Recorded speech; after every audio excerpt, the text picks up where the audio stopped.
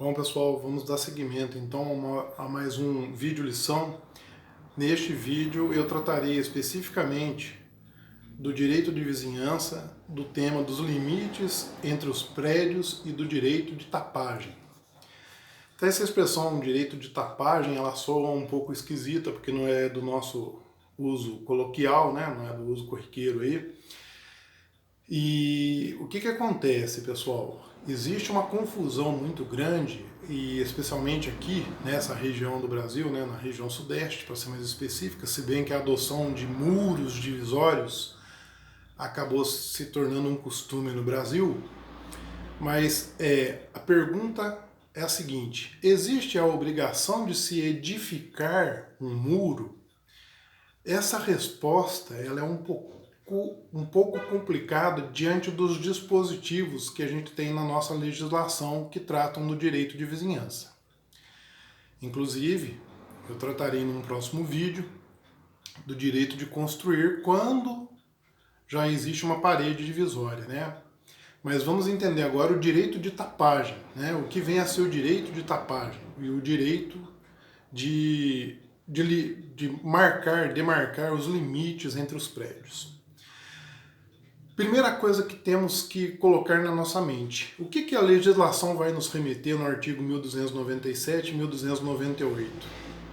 O que existe é a obrigação daqueles vizinhos em demarcar o limite das suas propriedades. Essa demarcação não necessariamente vai envolver a construção de um muro.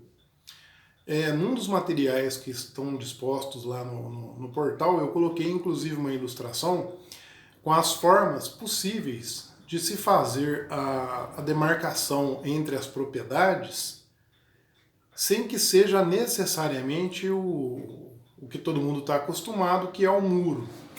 Então, as cercas vivas, as valas e os marcos demarcatórios podem ser utilizados.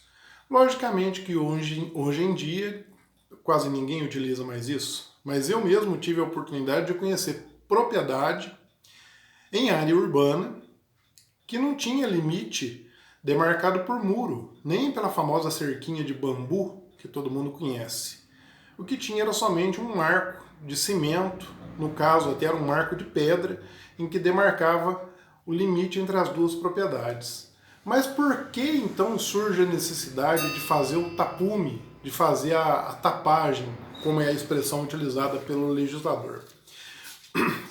O que acontece é que quando você aviventa ou cria esse limite entre as duas propriedades, você tem que fazer isso não só para saber até onde vai a sua propriedade, mas também para evitar que algum pequeno animal transpasse a sua propriedade e vá até a casa do vizinho, rememorando o tempo dos nossos avós em que criava-se as galinhas no terreiro. Por isso que começou a se fazer as famosas cercas. Além de ter somente um ponto demarcatório, uma vala ou uma pedra que demarcasse aquilo, havia necessidade de segurar e deter esses animais para que não fosse até a propriedade vizinha e não provocasse essa dificuldade. Então, se a gente for ler o que está disposto no artigo 1297, ele coloca: olha, o Código Civil garante ao proprietário o direito de cercar, murar, valar, né, a demarcação entre as propriedades. Portanto, o Código Civil fala num primeiro momento no direito de criar o ponto demarcatório. Quando surge a necessidade que esse ponto demarcatório também contenha passagem de animais e não seja simplesmente um ponto demarcatório, aí sim vem a segunda parte daquilo que está disposto em toda a legislação.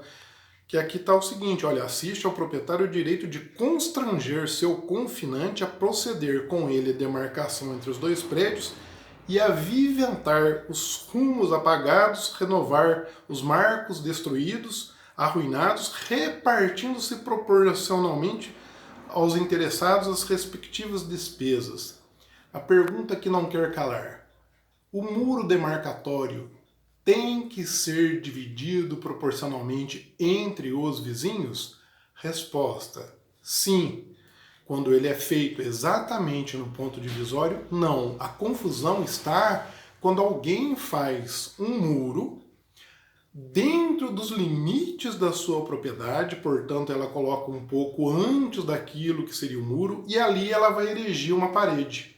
Aquela parede não é o muro demarcatório, aquela parede está dentro da propriedade, aí não existe a obrigação de ser dividida entre os dois confinantes, mas em compensação, essa parede que eu ergui dentro da minha propriedade e não na divisa, ela passa a ser minha, surgindo então o direito de construir, que vai ser um dos nossos próximos temas. Obrigado.